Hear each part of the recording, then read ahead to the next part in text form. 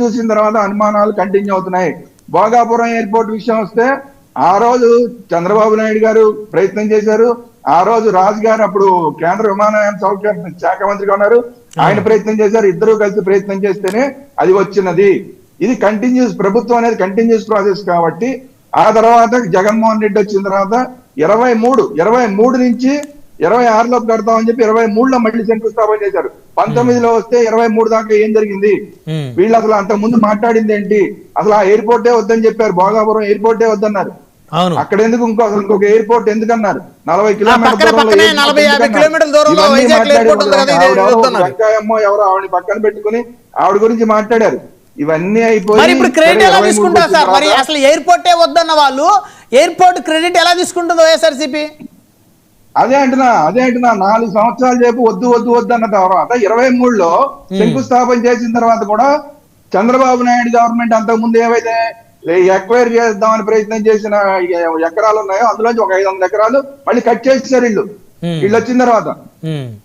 అట్లాంటి వాళ్ళు ఈ రోజు క్రెడిట్ మాదంటున్నారు. Okay, very good. 23 నుంచి 24 మధ్యలో 1 సంవత్సర కాలం మీ పరిపాలన ఉంది కాబట్టి ఎంతో కొంత చేశారు కాబట్టి కొంత క్రెడిట్ తీసుకోండి. కానీ మళ్ళీ ఇప్పుడు వచ్చిన తర్వాత మళ్ళీ చంద్రబాబు నాయుడు గారు ఉన్నారు, మళ్ళీ విమానయాన శాఖ మంత్రిగా మనకి నాయుడు గారు ఉన్నారు.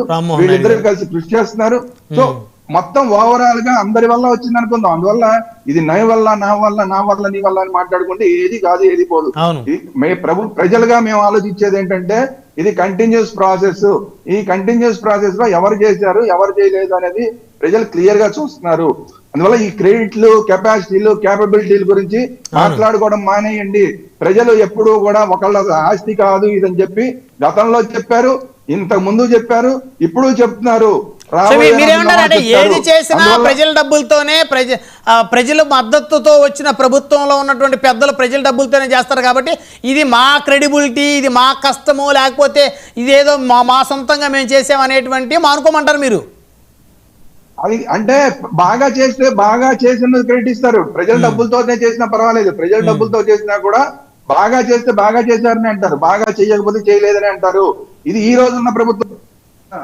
ఈ రోజు పడుతున్నారు, మీరు కొన్ని ప్రాజెక్టులు తీసుకొచ్చే ప్రయత్నాలు చేస్తున్నారు. At the same time liquor దందాలు నడుస్తున్నాయి, ఎమ్మెల్యేల దందాలు నడుస్తున్నాయి. దీనివల్ల మీకు వ్యతిరేకత ఉంది. కూటమిలో ఎక్కడా కూడా మీకు ఎక్కడ సయోధ్య అనేది కనబడట్లేదు. పైన చంద్రబాబు నాయుడు గారు, పవన్ కళ్యాణ్ గారు, ఏదో మాధవ్ మీ ముగ్గురు మధ్య ఉంటే కాదు, కింద ఎక్కడ అది కనిపించట్లేదు.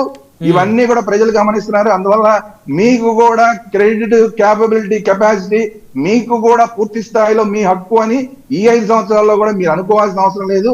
కానీ ఇంకా మీ చేతుల్లోనే ఉన్నాయి. మీ ఈ టైంకి కూడా నేను చెప్పి ఇంకా సమయం ఉంది కాబట్టి సరిదిద్దుకోవచ్చు. ఈ 3 పాయింట్లు ఇప్పటికి కూడా ప్రభుత్వం చేతుల్లోనే ఉన్నాయి, అంటే కూటమి చేతుల్లోనే ఉన్నాయి, కూటమి జేబులోనే ఉన్నాయి. కానీ మీ జేబులు సేఫ్ గా లేవు. ఏ రోజైనా మీ జేబులోంచి బయటికి వెళ్ళిపోయే అవకాశం ఉంది. ఇది మాత్రం గుర్తుపెట్టుకోండి. రైట్. శ్రీకాంత్ గారు యాక్చువల్ గా అంటే